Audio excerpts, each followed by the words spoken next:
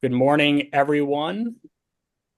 All right, we'll go ahead and get started. I'm going to do a brief introduction and then pass it over to the rest of the team to introduce themselves. But I want to go ahead and introduce our moderator for today, Joe Mandese, editor-in-chief for MediaPost, and our esteemed panel of judges or panelists, Jeff Greenbaum, managing partner at Frankfurt, Kurnit, Klein, and Selz, Christina Arena, founder of Generous Films, and Kris Doerfler. Gonna botch that last name as it always goes with trying to introduce people, but director of innovation at CMI Media Group, part of WPP. So welcome everybody. And I will go ahead and pass it right over to Joe to get us started for today. Thank you, Kris, and thanks for having MediaPost be part of this. It might be good if I just gave a little quick timeline on some of the initiatives the Institute for Advertising Ethics has played in the greenwashing initiative in the last couple of years, because I know Andrew was going to do an intro and he's not with us right now. But it's been a pleasure to cover it and also participate in one Zoom briefing we did about 2 years ago with a good panel and similar composition to the folks here. Some of you, Christine, Arena, were on that one as well. And I think we made some headway in terms of it was coming right off of the congressional hearings that Christine also participated in, and a report from Congress. And there was a lot of momentum around the notion that greenwashing, I described it as the Joe Camel moment for the ad industry, likening it to the tobacco industry's liabilities and the response to it in the years since. So following up on that conference itself, there have been a number of initiatives from the IAE, including creating a powerful framework outlining steps that practitioners could take to prevent greenwashing. Again, the IAE is not an enforcement organization. It's more of a self-regulatory, more of an educational platform for the industry, hopefully to mitigate liabilities and regulation.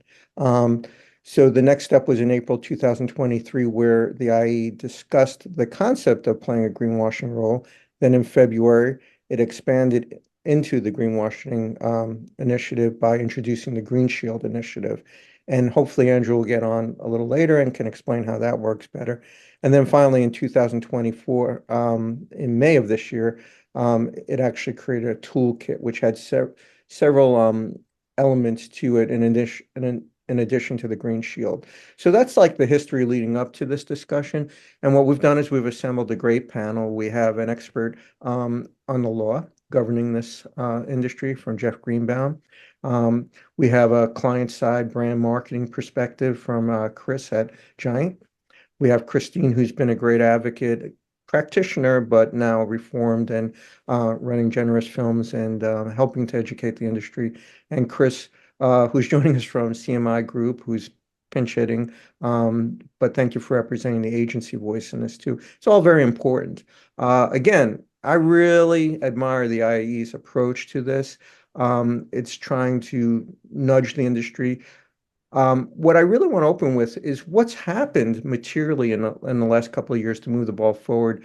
I will say one more historical anecdote was following the congressional hearings, Interpublic I think they claimed it, I'm not aware of another major agency holding company, made a public policy statement that they would not accept any new fossil fuel business going forward, which is in alignment with their own carbon neutral policies.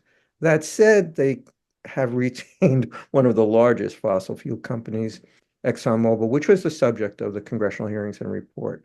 That said, has anything really changed in the 2 years since? How has Madison Avenue responded to the recommendations from the IAE? And I'll kind of throw that out there. You all represent pieces of it, so let's get it going. Let me start with you, Kris. I know you're pinch hitting here, but you come from the agency perspective. And since I did just make the analogy to IPG, we had Sarah Ivy from Havas in the last discussion, and she said it's really up to agencies to lead from the front on this initiative. And I know a lot of agencies, including WPP, have created a lot of ethical stances around climate change and carbon neutrality and things like that, implementing a lot of it into your media buying systems, your programmatic trading systems, things like that, which is great. But in terms of greenwashing in particular, representing fossil fuel business and putting out, I don't want to use the word disinformation, and I don't want to get technical because Christine is the expert on this, but maybe putting, well, we'll come back to that. But what do you think the agency business has done by and large in the last couple of years? Yeah, so bit of a loaded question, I'll say that much. But no, it's from when it comes to green, I've seen more. Well, so I manage, just for the sake of it, for everyone here, I help manage the sustainability regenerative media initiatives for CMI. I helped Dentsu design their sustainability initiatives in North America before I came over here, right? So I've been in this space when it comes to media and as far as the sustainability, environmental sustainability side for over a decade. And what I will say in that general timeline, it's been a very slow build. I think in similarly to a lot of the other areas of environmental sustainability or other industries who are tackling this, the curve is almost it's looking a little bit more exponential, right? Where it was a slow growth, and now there's a lot of steam kind of being gathered behind it. And so what I will say is I don't think there has been and unfortunately an enormous amount of movement, specifically in relation to greenwashing. But I think the awareness is growing significantly, and so that education side of it has been is creating a critical catalyst for more action to happen down the road.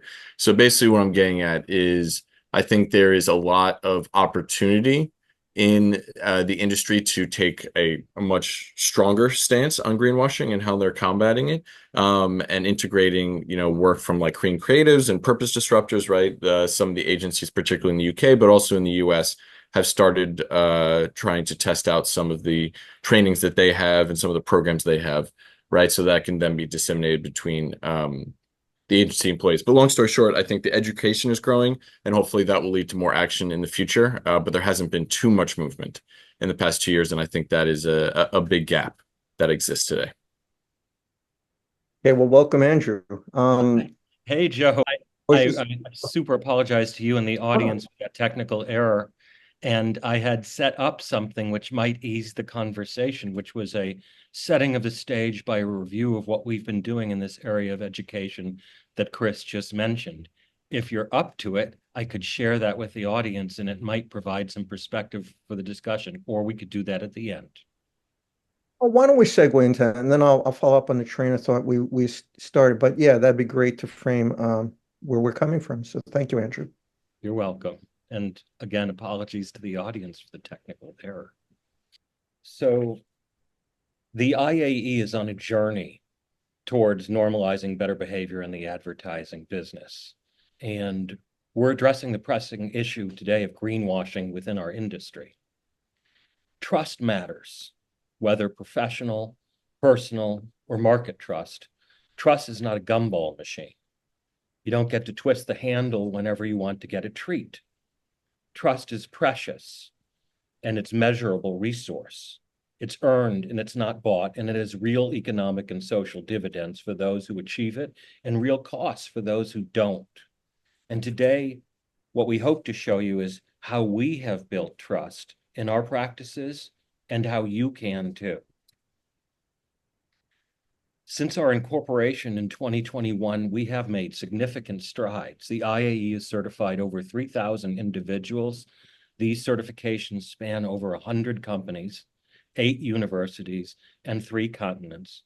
We aim to reach 10,000 certifications by the end of this year. This ambitious goal underscores our belief in the transformative power of ethical advertising. Now, let me walk you through the timeline of our program. Thanks to a subgrant from the KR Foundation, we conducted successful symposia. We brought together distinguished experts to discuss the risks of greenwashing. 2023, we established the Common Consortium for Greenwash Prevention. This bridged the gap between the greenwash problem and the industry's response. 2024, we launched the Green Shield certification program. We've already enrolled and or certified over 700 people at over 80 companies. Major companies and industry leaders who normally do not agree with each other have endorsed it. It's 2024, and today we stand at a pivotal moment, a situation pregnant with possibilities. The Green Shield Initiative is a testament to our commitment to preventing greenwashing and fostering sustainable behaviors in advertising. Greenwashing misleads consumers. It hampers climate action. It undermines the efforts of genuinely responsible companies. And through the Green Shield Initiative, we aim to create a more transparent and fair marketplace. We want consumers to make informed decisions, and we want responsible companies to thrive. IAE Green Shield helps marketing professionals. It bolsters their climate misinformation literacy. It provides skills to ensure the accuracy and integrity of environmentally and sustainability themed communications. Here is how we're flourishing through collaboration. We maintain academic freedom and have academic standing. Strategic partnerships with government, civil society, and market leaders enrich our model.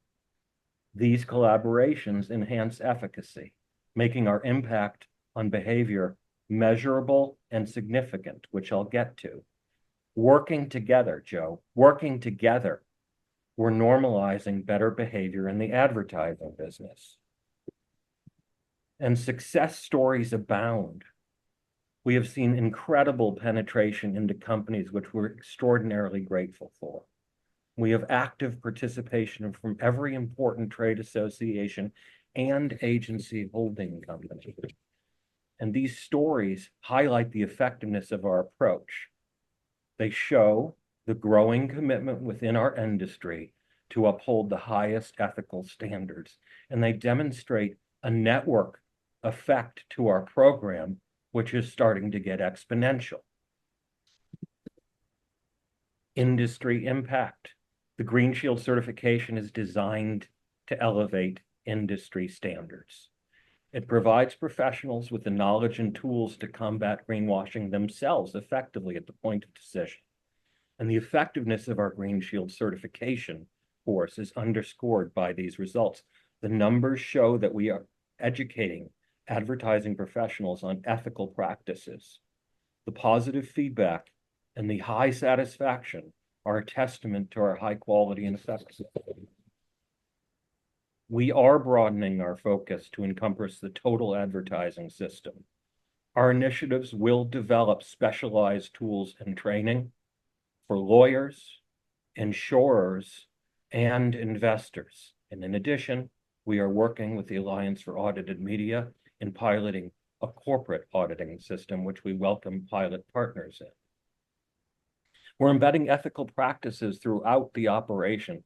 The establishment of the Green Shield Special Interest Council will enhance these efforts.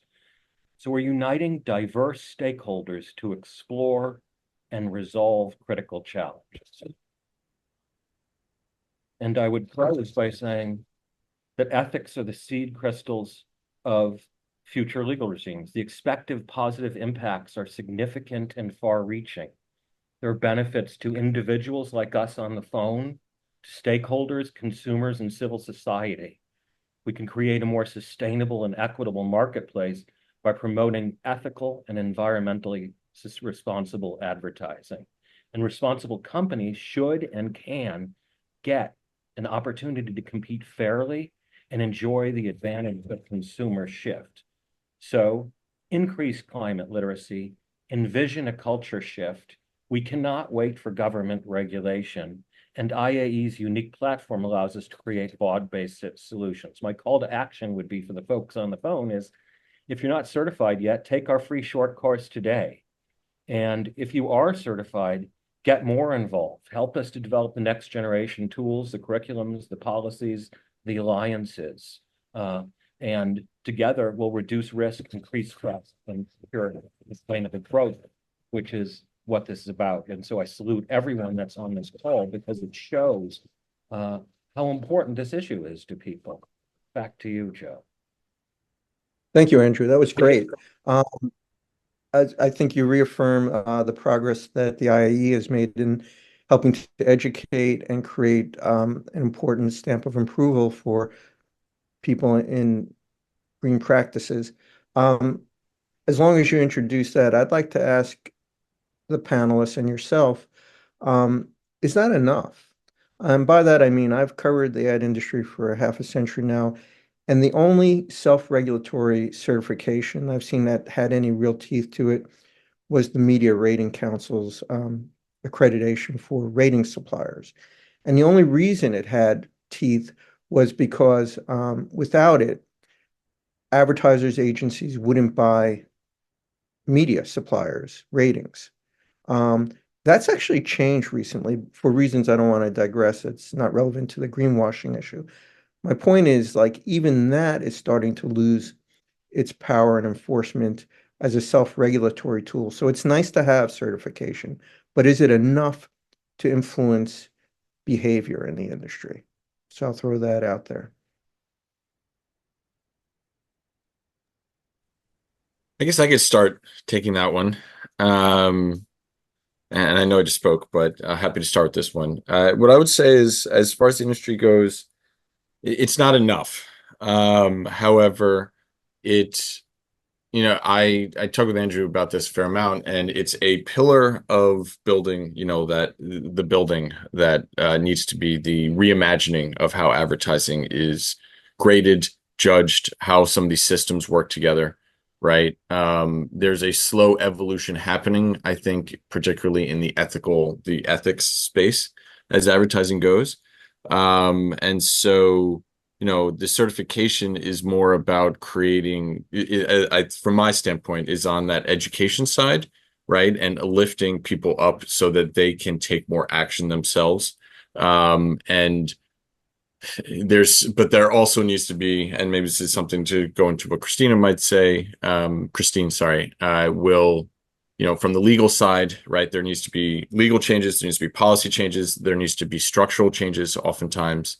There needs to be new solutions in the marketplace that make it easier from the agency side to be able to grade ourselves as to how our media is achieving these goals, right, around ethics and combating greenwashing and things like that, right? So long story short, I'm getting at it is, no, it's not enough, but it is a important step in the right direction of creating that baseline for people to build off of. Andrew, you might want to end your screen share unless you want to keep that up. I'll just, while we're, Kris, I agree with you, and I also think though that education is a hugely important piece of the process, right? And if a certification is out there and it encourages people to set aside some time to learn about these issues, which will undoubtedly influence some of their behavior, I think that that's really helpful. I mean, one of the things I think we've seen on the regulatory side, right, is that when the FTC, for example, does enforcement, that certainly acts as a deterrent and scares people and all that. But my own personal view is that even more effective than the enforcement is the education, right? Is giving people the information they need to develop the creative, to develop the strategies they want to create, but with the tools that they need to do it in a way that doesn't create issues like greenwashing. Sure. I would also just jump in here and add the fact that, look, the agency world generally has aligned around efforts to mitigate the carbon impact of, say, banner ads, operational emissions, but we've been slower to address the content of ads and corporate communications as it relates to greenwashing. And so I think a big part of our effort has been in service of aligning the industry around social science based standards and practices.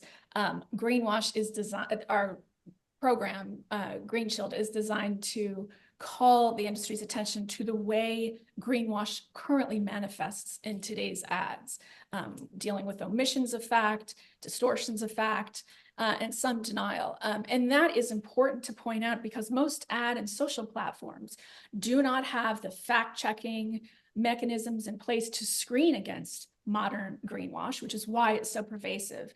And in the industry, everyone has sort of their own standards. And so I can't emphasize enough that, even though education won't solve the whole problem, it's a big piece of the equation when it comes to aligning the industry around a common set of standards and practices. I think that will go far, personally. I would also say that this conversation really is about risk. Because when you look at the state of, climate lawsuits, there's multiple state cases that focus on greenwashing: Massachusetts, New York, Vermont, Maryland, Honolulu, California. And the fact is that in many states, including California, where I live, misleading advertising and misleading environmental marketing are unlawful. It is unlawful for a person or organization to make untruthful, deceptive, or misleading environmental claims, whether explicit or implied. And so, deceiving the public about climate change or affirmatively promoting the use of fossil fuels as a climate solution can arguably lead to consequences for consumers in that state, also for the environment and state infrastructure. So these lawsuits, I think, are significant, and folks should have them on their radar. If you just take a step back and look what happened with opioids, there was a $350 million settlement against Publicis, a $650 million settlement that McKinsey had to pay, and that was based on their role of marketing opioids improperly. So I do think that there are reasons to align the industry, and I think that's a big part of our focus here. And one of the interesting things that's going on in California, right, is that California has, created several new laws, right, that are both creating affirmative obligations on advertisers to disclose the basis for their kind of carbon neutrality claims, things like that, but also restricting, what they can do in terms of recyclability claims. But one of the things that I really like, or that I think is really interesting about what's going on in California, is they're not only saying, hey, we're going to restrict how you make a recyclability claim, or a recycled materials claim, but we're also going to provide recyclability claim, but we're also going to provide you with the data so that we're going to do the research and we're going to come up with a framework so you know how to fit yourself into it. So so advertisers are in a place where, hey, we've got a clear rule now, and we're also telling you actually what we consider to be this sort of state of the art of the data that you need to back it up. Because I think one of the issues that marketers have right now is, look, marketers are trying to improve their footprints. They are. I mean, maybe not everybody is, but people are, right? I mean, the biggest companies out there in the world are investing huge amounts of money in creating sustainability commitments and having sustainability roles. But then you kind of ask, well, why are they not quite getting it right? Or why are many of them not quite getting it right? And I think there's lots of reasons for that. But I think from where I sit, one of the reasons is they need clear rules and clear standards.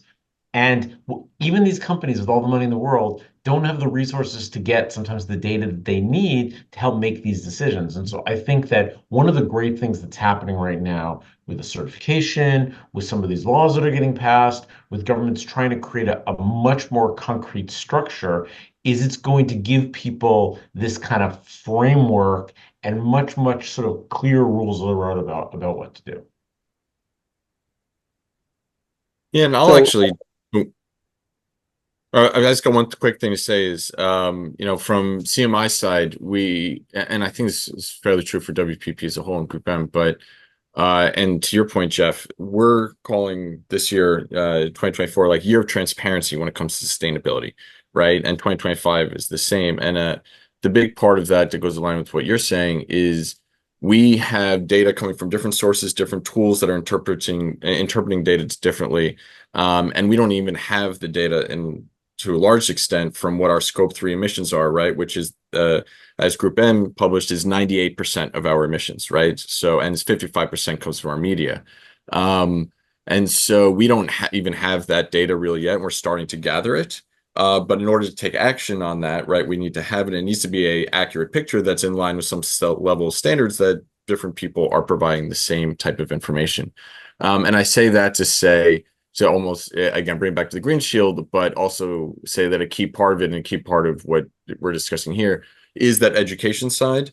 And part of that transparency is building the education for people to know that these things exist, that they should be asking for this stuff, and what to do with the information once they have it.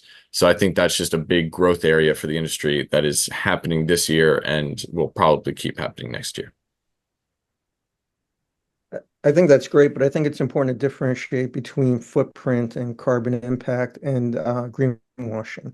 I think everybody in the industry is kind of, well, most people are on board with reducing their carbon impacts, and coming up with good standards, to your point, Kris, is an important part of that, right? But going back to Christine's point about standards, one of the most important things you said when you gave that congressional testimony was the need to have a unified national guideline or standard that everybody can work across, specifically for greenwashing. And I think, has anything happened in the 2 years since that event? And is there any discussion to move it forward? So at least we all know we're on the same page. In terms of standards, well, I will just say in terms of investigations, as some folks might know, the Congressional House investigation moved to the Senate, and 2 additional hearings were held, one of which I participated in.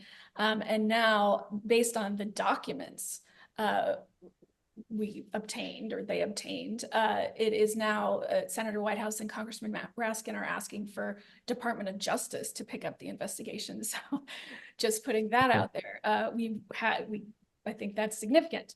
To answer your question though, it's again, I keep coming back to the importance of unifying standards and practices. And another thing I did mention in my testimony was the need to disclose climate risks. And that, in the complaint that California filed, for example, they zero in on defendants' failure to warn about the climate-related harms related to the use of their products.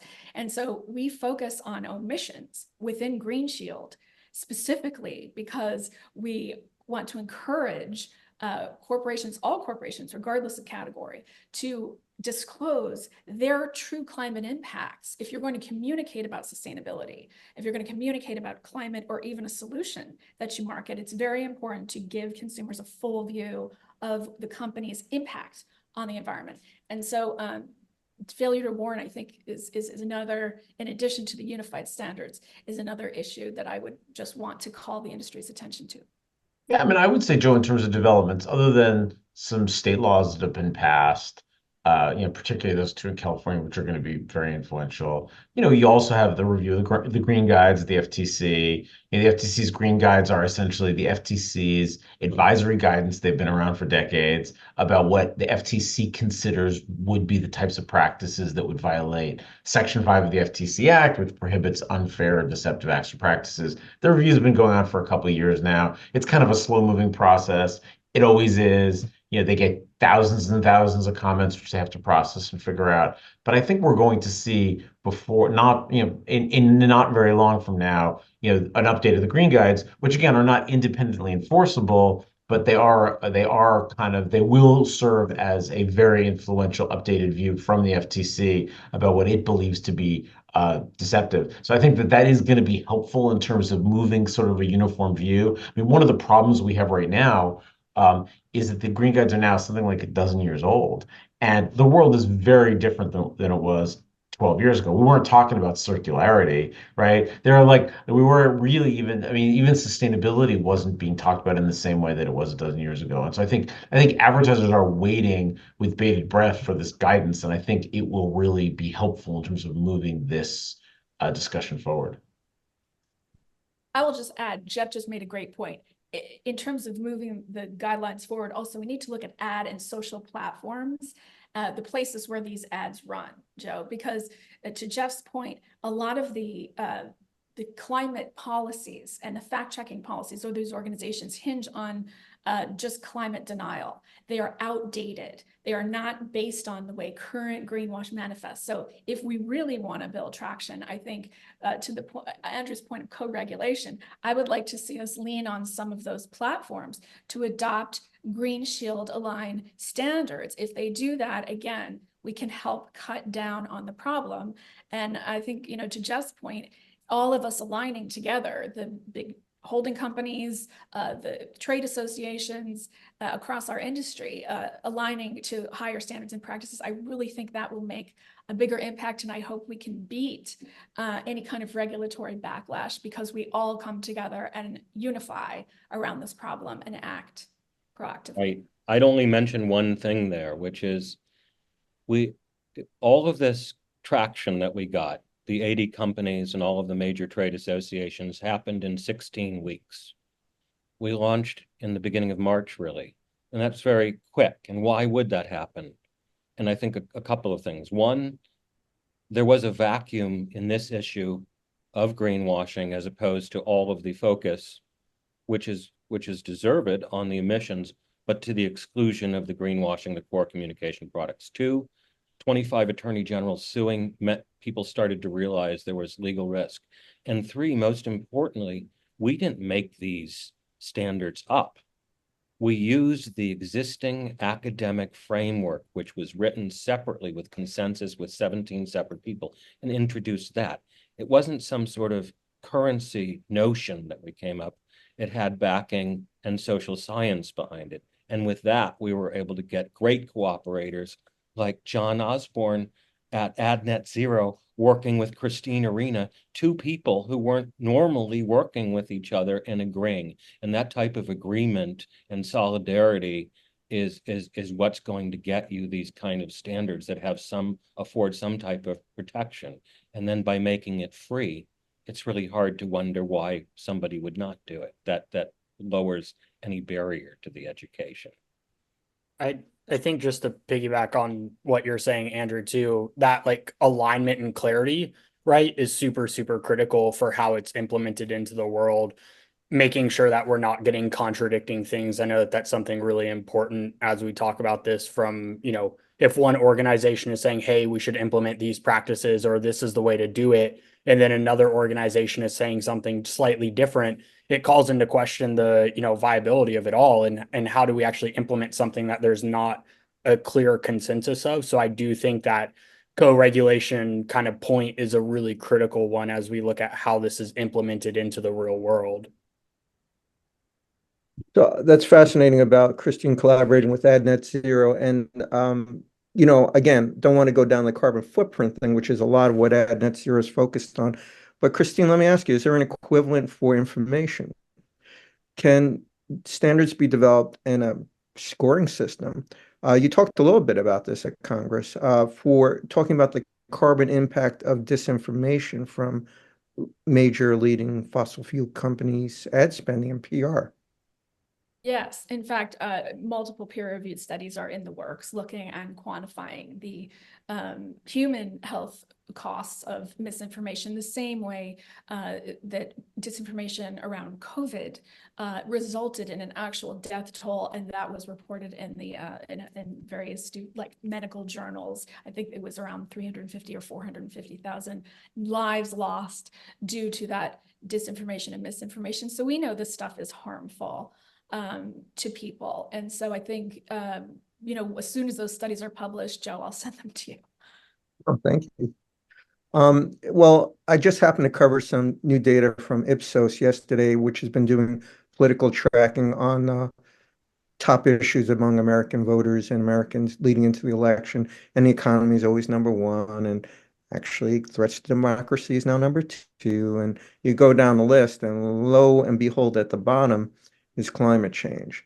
And one of the interesting parts of the Ipsos analysis, I'd be happy to share it with anyone, I will write about it in the next 24 hours, was that they correlated how Americans believe in these important issues with their media consumption. And there's a strong correlation. I should warn you all that climate change is not that well. And we could debate the merits of news coverage and credibility.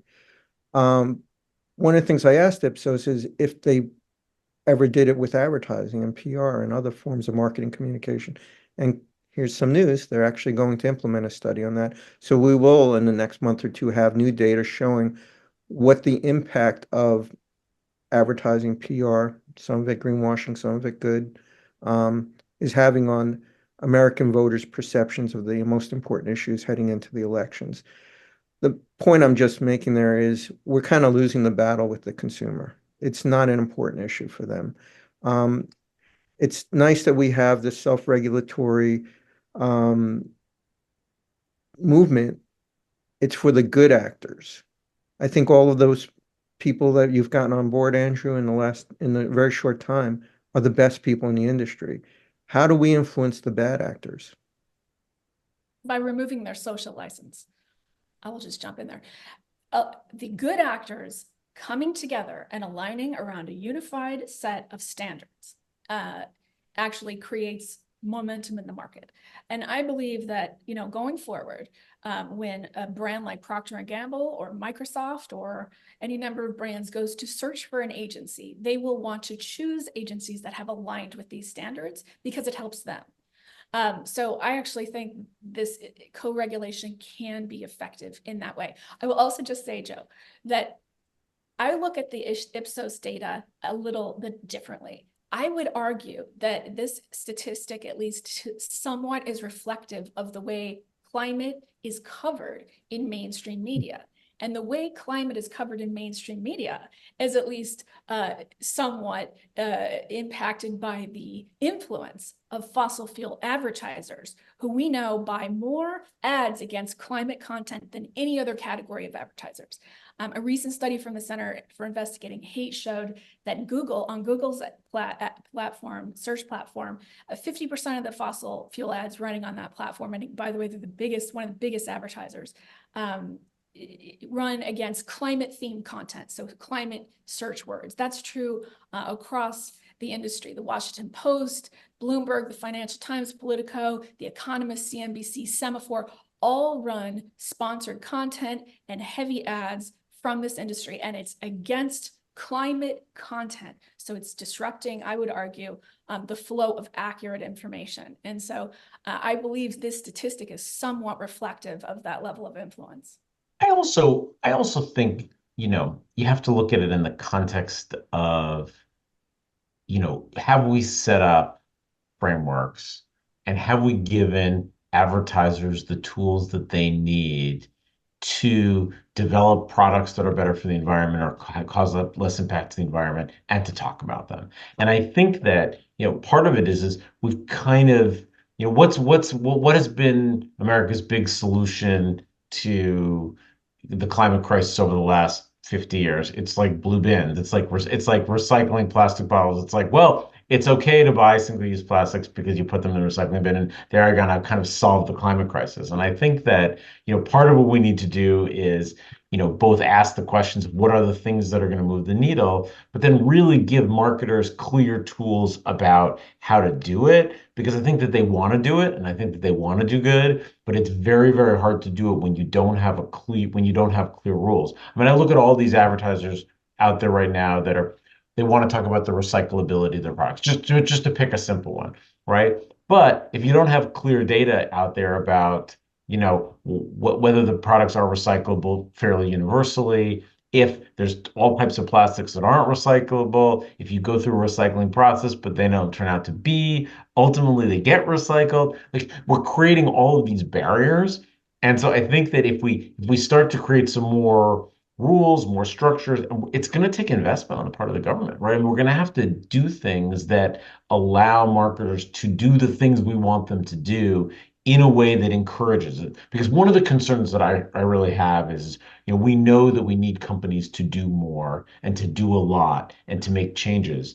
But at the same time, if we create an environment where we disincentivize them from doing those things, we get into the kind of greenwashing situation where companies are afraid to do anything. And then what they do is they stop making the investments that we know we need them to do. So I think a bunch of things have to happen at the same time in order for us to make that kind of progress. And the education is one really important piece of it. The correcting the bad actors is absolutely a piece of it too. But I know that in my mind, the thing that is going to move the needle is give people clear rules about how to make a carbon neutral claim. Just give someone a clear rule about how to do it. Explain to them, you know, what carbon offsets are okay and what are not. Like, really put the work into defining for people what it is that they need to rely on in order to make those claims, and they will invest in doing that. Yeah, Well, I and would I'm something to piggyback off that, if that's okay, Joe. So what the environment has a people problem, right? It doesn't have an environment problem. People have a misinformation problem, and misinformation is an advertising problem, right? Where advertising is the financial model behind the flow of most information in society. So if there's an issue with MFAs that are stealing content or promoting, greenwashing content, or even just on, as people were, as I think Christine said it, fossil fuel ads running against climate content, right? And how that is misinforming people. There was clearly a large issue there. And to go to Jeff's point in terms of the tools being available, right? I've been doing this and not to just harp on it, but doing this for a long time. And I said to say is when I originally started doing this, the whole focus was on just making people aware as to the tools that are out there. So it's just really an aggregation, just going out and asking people, what are you working on? And how can we try and make that into a solution for the organization? Because there really isn't, and there still isn't, but it's gotten way better than it was even a couple of years ago, very clear answers to how do I do this better, right? So then people became paralyzed, even if they wanted to, they became paralyzed to act because it wasn't clear and it required them to become, get a master's degree in sustainable, in environmentalism, just to be able to understand how this industry works and what they should be focusing on in the first place, right? So to a large degree, there needs to be, sustainability experts who focus on that, but we do need a baseline level of understanding across media experts as to what they should be focusing on, where they can go for answers, and, kind of how they can try and take a legacy system that has very fundamental gaps in it, right, when it comes to combating misinformation, and start to address that when they're pulling the trigger on a media buy, right, or they're talking to their client about how they want to build out a campaign, right, and make sure that it's both meeting a brand goal, but also meeting these certain societal standards, right, and having, as Christine was saying, having an understanding as to what is the societal standard and how do we, so people we have a baseline, but then also people can go beyond that and they know where to build from. So I say all that, wrap up my point is there's a lot of growth that needs to happen in this. And when it comes to combating misinformation, we do need more tools. We do need more standards. We do need more understanding, and we need to make it a lot easier for people to be able to do this. And so I think that is part of, the standards, trying these tools that we're all talking about, the IAE training, right, is just making it easier for people to take action because the bar to taking action right now is just too high, in my opinion. Yeah, but we also need to just raise the level of basic scientific literacy across the industry. So when you can't claim net zero, if all of that is due to offsets, or if you're just talking about operational emissions and not including scope 3 and your core products, you can't say carbon neutral, again, if you're just relying on offsets. These standards do exist in Europe. And I hope that American companies will start to adopt European standards, which are several years ahead of us. So I do think that there is good guidance out there in terms of how to properly state claims. I think, to Kris and Jeff's point, that we need to pull all of that together and make it much easier for advertisers to act on it. No, I mean, I absolutely agree with you. We are definitely behind European thinking on these issues, and the thinking and the directives that we've seen, are far ahead and have really good, helpful guidance. As have other organizations that have issued principles. But I think at the end of the day, advertisers want to see good old American U.S. rules that are really clear, that lay it out. This is what you can say. This is how you can say it. And if we do that, that will drive better behavior. It will. I think That said, Jeff, Yeah. we just had the United Nations weigh in on this, put out a position statement against greenwashing. This is a global crisis. It's not something that can be adjudicated or regulated domestically for the impact on the planet. Is there a likelihood we would ever see something equivalent to, the International Criminal Court for climate impact through the UN or some body like that? there are already crimes against humanity cases filed in Europe. there are RICO cases filed. So there are many different cases filed, and I think that as the damages mount, I don't see that waning, but I'm not a lawyer. I would defer to Jeff on that. But I will say that, look, the IPCC, the Intergovernmental Panel on Climate Change, we open our Charter for Greenwash Prevention with a quote from the Intergovernmental Panel on Climate Change. And they've clearly warned that corporate advertising and brand building campaigns serve as major barriers to climate action with negative implications on climate policy. UN Secretary General Antonio Guterres just 2 weeks ago called for a ban on fossil fuel ads, and he accused advertising and public relations firms serving these companies as enablers that are helping to promote an ongoing campaign to distort the truth and mislead the public for decades. So this is not to say that we all agree with his statements. It is to say that world leaders are weighing in. Tomorrow, I'm participating in a panel at the Vatican, Laudato Si, based on Pope Francis's Laudato Diem that he published about 6 months ago. And so you have world leaders, spiritual leaders, you have all of these, that are the world scientists, 99% of them, looking at our industry, lawmakers, and asking these tough questions. We must rise to the occasion, I think. I believe there's, Jeff, I would just, there are a number of general counsels on the line. One from a consumer packaged goods company who had said to me in a conversation the other day that there's no way to expect that all of the marketing staff will be able to stay current on the law as much as lawyers were. And so, to Christine's extent, ethical education can help to frame things in a way that people can behave and steer clear of legal violations without everyone having to be a lawyer. The other element of where this intersects with the law is, of course, the Skadden report, which says that the first thing that people can do to reduce their liability is to get greenwash training for staff. And the only final thing I'd say about the law and ethics intersect is native advertising. Joe will know this. The FTC put out native advertising guidelines an awful long time ago. And even at the height of native advertising, 2/3 of the people doing native advertising didn't even know those guidelines existed. Yeah. And so what David Shanka has said is laws are a part of the equation, but there's also social pressure and the fact that this is the way things are done around here. And this we wouldn't want to be seen doing this. This is to Christine's point that we are leading with a cadre of the best companies. That is where we start. But those companies also happen to be the largest companies and most influential companies and the customer companies, and they can lead the rest. So we're racing to the top, not trying to cover the bottom. Do we want to go to audience Q&A? Because we have a few minutes left.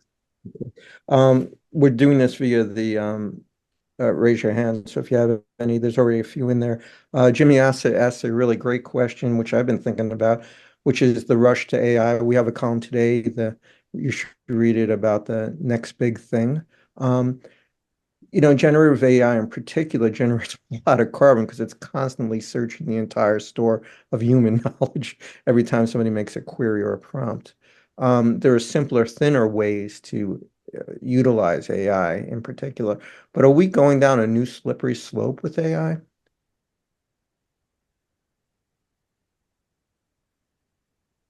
I guess I'll take my my response to that is AI's emissions footprint, and then also the information that let's say from a greenwashing standpoint, the information it is putting out, I think are problems to be addressed, right? I don't think it's a runaway train that is going to inevitably be something that is going to be, providing bad climate information or its emissions footprint can't get under control, right? I do think there needs to be more communications around the footprint and the energy use of AI, right? Because as that grows, data in general, right? Because AI is powered really off of data, right? And so it's really the data industry at the back, and that's where advertising fits into it too. The environmental footprint and how data is being used when it comes to environmental issues, right? And also encouraging people to live greener lives even, and the behaviors that we're understanding behind people.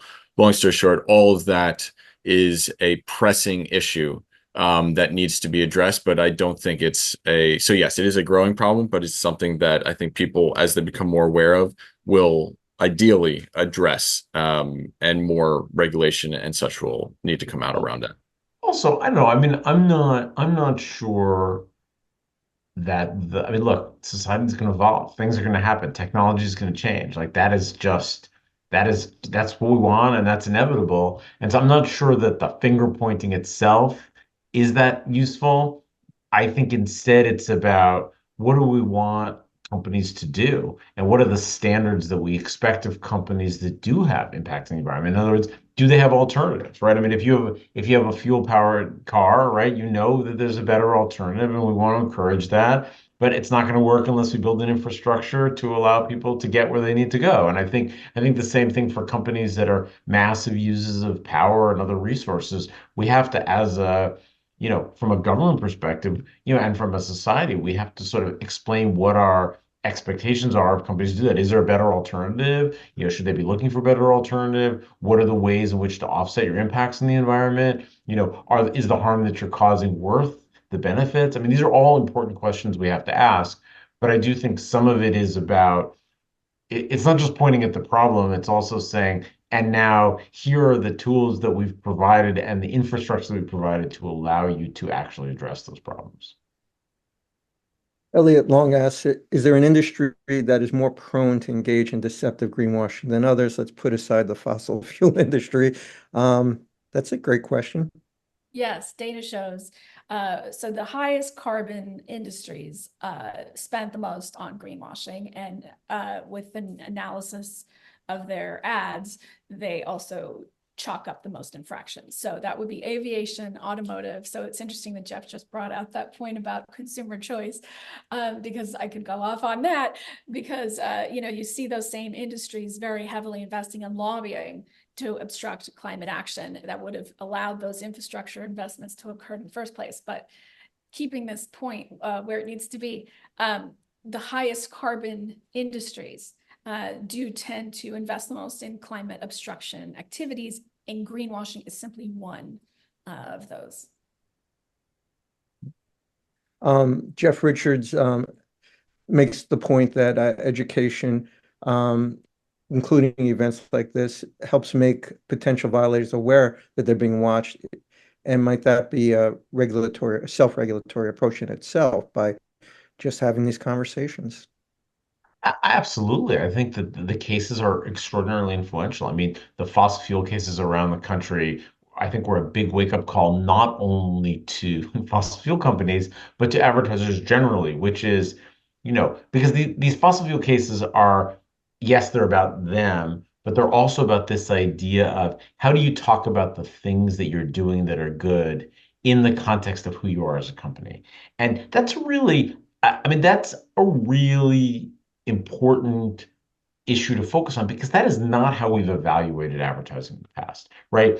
For the most part, if you change your product and now it's made with 10% recycled content, it was perfectly fine to promote that. There was no issue there. Not be concerned about that at all. And now we're kind of asking a question, well, should you be able to talk about incremental benefits that you've created if the overall impact of what you're doing is still quite negative? And these are really important questions we have to ask, because on the one hand, you go, if you promote this small benefit that doesn't provide such enormous benefit, are you misleading consumers?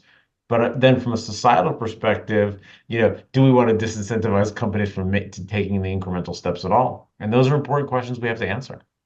Yeah, I think this is something that hits near and dear to kind of what we do at Giant Bicycles, because, we're very aware of the manufacturing side of things, but we're taking significant steps and trying to find that right balance of how do we talk about it as part of what we're doing as a leader in the industry, but also with respect to greenwashing, how do we not do it in a way that it's deceptive or potentially omitting the bigger business that we have behind the organization? But I do think the education factor of it is really, really critical, because if we don't know what greenwashing looks like in those incremental steps, or, how do we document it without it being greenwashing, then we're not going to talk about it at all. And that is a disincentive for the rest of the industry, because they're not going to feel the pressure to live up to what we're trying to do. So I think that education component, but yeah, really kind of tying it in to the bigger picture is really, really important.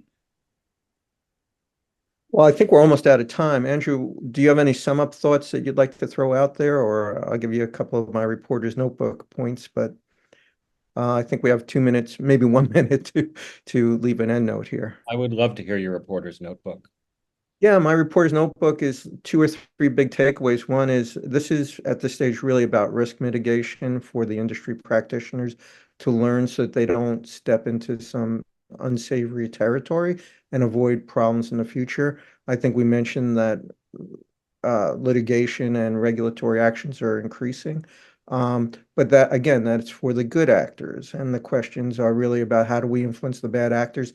I think participants already said in this discussion that just the informational process, events like this, what the IAE and others are doing, hopefully what publications like MediaPost are doing and other good journalists trying to raise attention and awareness about this issue will help too. But as Christine pointed out, there's an unsavory connection between the ad spending going on from these fossil fuel giants and other bad actors that's counterbalancing that. So I think we have a problem going forward. Did I leave anything out that anybody wants to throw in as a sum up?